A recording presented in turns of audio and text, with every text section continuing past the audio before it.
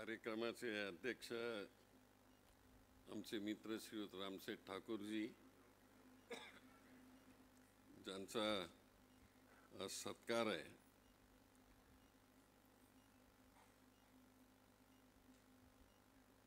ते महाराष्ट्राचे लाडके कलावंत श्रीयुत अशोक सराफजी, सौभाग्यवती निवेदिताताई सराफजी, नामदार गणेश नाईकजी, माझे दुसरे मित्र सुनील तटकरेजी, ज्यांच्या आमंत्रणामुळे मी इथं आलो आहे, ते श्रीयुत महेंद्र सेठ ठाकूरजी, सौभाग्यवती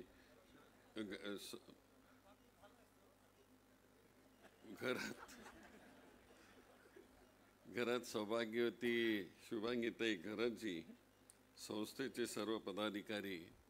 आता ते सगळ्या शेठ लोकांमध्ये फिरतात म्हणून घरात सोडून मी शेठच म्हणालो. आहेत ना ते, आता ते खरे शेठ ते म्हणतात ते आहेच ते शेठ, म्हणजे आपण म्हणायला हरकत नाही. असो, आज अशोक सराफजींचा इथं सत्कार आपण आपल्या संस्थेतर्फे इथं आयोजित केला आणि मला आमंत्रण केलं. मी हा सगळा परिसर 1974 पासून, मी मंत्रिमंडळामध्ये आल्यापासून इथं काहीच नव्हतं तेव्हापासून इथला हा प्रदेश बघतोय. माझ्या डोळ्यासमोर हा सगळा प्रदेश वाढला आणि बघता बघता इथे एवढ्या मोठ्या इमारती झाल्या, संस्था उभ्या राहिल्या आणि इथला गरीब माणूस देखील प्रचंड श्रीमंत झाला, यामध्ये कुठल्याही प्रकारची शंका नाही आहे. आणि हे नुसतं असा श्रीमंत झाला नाही, त्याच्याकरता लढा दिला आणि त्या लढ्यामध्ये मला DB पाटलांचं नाव घेतलं पाहिजे.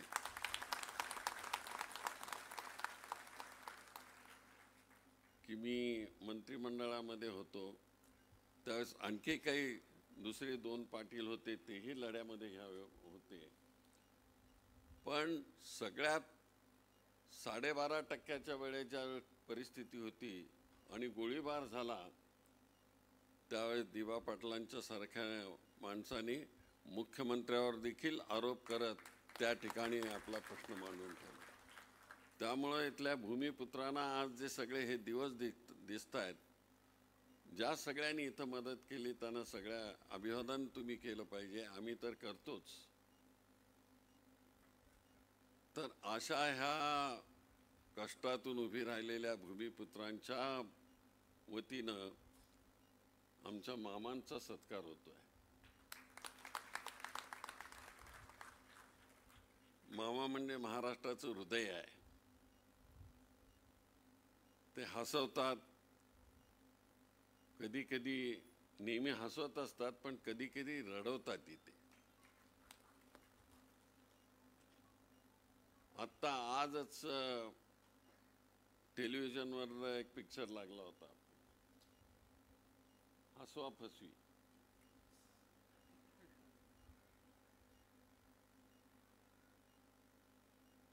आणि आज त्यांच्याकडे बघितल्यानंतर त्यामध्ये असणारं कॅरेक्टर आणि त्यांचं वय काही फरक वाटत नाही. तुम्ही 75 वर्षाचे झालात असं काहीच वाटत नाही तुमच्याकडे बघून. तुम्हाला परमेश्वराने खूप उदंड आयुष्य द्यावं अशा प्रकारची मी प्रार्थना करतो की महाराष्ट्राला अशा प्रकारचं एक नेतृत्व, सिनेमातलं नेतृत्व मिळावं आणि त्याने सगळ्यांना आपल्या बोटावर नाचवावं अशा प्रकारचं कर्तृत्ववान नेतृत्व आम्हाला मिळालं. पूर्वीच्या काळी खूप लोक होते, पण आजच्या ह्या काळामध्ये अशोक सराफांच्या सारखा एक अभिनय प्राप्त अशा प्रकारचा ॲक्टर आम्हाला मिळाला आणि तो सतत हसवत राहतो आणि हसवत असताना दुसऱ्या कलाकारांना देखील पुढे नेण्याचा प्रयत्न करत असतो. आज त्यांचे जोडीदार लक्ष्मीकांत बेर्डे आज त्यांची आठवण झाल्याशिवाय राहत नाही, कारण त्यांच्याबरोबर ती जोडी काय होती ते ठरवून बोलायचे का न ठरवून बोलायचे कळत नसत, पण ते अतिशय बेसुमार अशा प्रकारचं हसून टाकायचे. निवेदिताताई त्यांच्या जीवनामध्ये आल्या आणि तेही नाटकामध्ये काम करतायत, सिरियलमध्ये काम करतायत, आणि आज त्यांचाही सत्कार इथं झाला. महेंद्र शेठ, तुम्हाला मनापासून मी धन्यवाद देतो की अशा कलाकारांना बोलून त्यांच्या कलेला तुम्ही प्रणाम करत आहात आणि सन्मान देत आहात. ही तुम्हा सगळ्यांच्या पनवेलकर म्हणावं की तुम्हाला रायगडकर म्हणावं, उलवा नोडवाले म्हणतात चंद्रकांतचे, महेंद्र शेठ, तर हे अभिमानाची गोष्ट आहे की असं शोधून एखादं नेतृत्व काढावं आणि त्यांचा दोघांचा सत्कार आज इथं करावा, यालाही खूप मोठं महत्त्व आहे. आज त्यांच्या सत्काराबरोबर रामशेठ ठाकूरांचा सत्कार, नायकांचा सत्कार आणि सुनील तटकरेंचा सत्कार हाही माझ्या हस्ते करण्यात आला. तुम्हालाही मी उदंड आयुष्य लाभो अशा प्रकारचा प्रार्थना करतो. कारण हे काय सांगता येत नाही कोण कुठल्या पार्टीमध्ये उद्या जाईल. आम्ही आपले टिकून धरणारे लोक आहोत. एका पार्टीमध्ये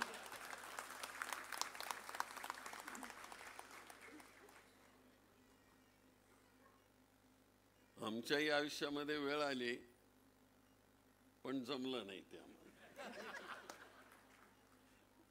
पण ठीक आहे, राजकारणामध्ये असंच असलं पाहिजे. मी पॉलिटिकल सायन्सचा स्टुडंट आहे, विद्यार्थी आहे, पण राजकारणामध्ये ज्यांना हे जमलं ते पुढे गेले आणि समाज कल्याणही करत राहिले. आमच्या नाईक साहेबांच्या बाबतीमध्ये तसंच झालेलं आहे. कुठून कुठे उडी मारली आणि ते तयारीत निघाले. पण गडी तयारीच आहे सगळ्याच बाबतीत. तर म्हणूनच सगळे प्रश्न सुटत आहेत.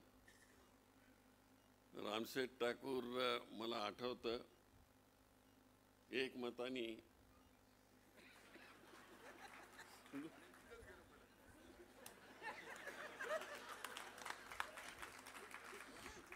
मी त्याचा पूर्ण साक्षीदार आहे. तर अशी ही सगळी कलाकार मंडळी आहेत आणि ह्या ज्येष्ठ कलाकारांचा सत्कार होतोय. आता त्यांच्यातली कला किती शोधावी मी. सुनील तटकरेने सांगितलं की आम्ही सगळे सुरुवातीला मदत करत होतो, तेव्हा रस्त्यावर त्यांचं घर होतं. त्यावेळेस आम्ही हमजून मी कोकणात चाललो की त्यांच्या घरी मी आणि विलासराव थांबत असो. आता ते रस्त्यावरचं घर नाही, तुम्ही सुतारवाडीला गेलं. आणि माझंही थोडं तिथं घर आहे थोडंसं. आता त्यांनी सांगितलं की माझी सासरवाडी रोहायची आहे म्हणून, पण कुणाला माहिती नाही. माहिती असतं तर ते त्यावेळेस माहिती झालं असतं, तर काय काय झालं असतं माहिती नाही. असो, तर आज हे सगळे आमचे नायकांनाही मी बऱ्याच वर्षांनी भेटलो. मी त्यांच्याबरोबर मंत्रिमंडळामध्ये होतो, सुनील बरोबर होतो, त्याच्यानंतर रामशेठ ठाकूर बरोबर मी दिल्लीत होतो.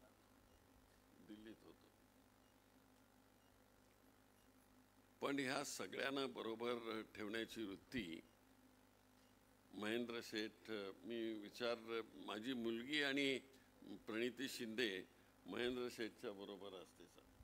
ते म्हणते, पप्पा तुम्ही आज चाललाय, नाही गेला असतं तर चाललं असतं. ती म्हणाली नाही, पण जा म्हणाली. महेंद्र शेठ हा चांगला माणूस आहे आणि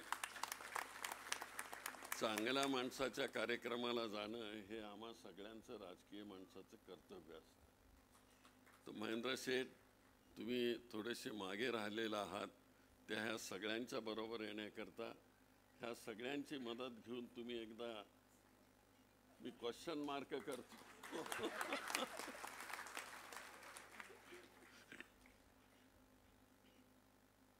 आज आपण आपल्या हा आनंदाचा दिवस, ज्याने महाराष्ट्राला आपल्या हास्यातून आनंद दिला, त्याच्या ह्या आनंदाच्या क्षणाच्या ठिकाणी आम्ही सगळे आनंदी होऊन जातो आहोत आणि हे आमच्या मामाला उदंड आयुष्य लाभो, सौभाग्यवतीनं उदंड आयुष्य लाभो, अशा प्रकारची प्रार्थना करतो आणि मी रजा घेतो. जय हिंद, जय महाराष्ट्र.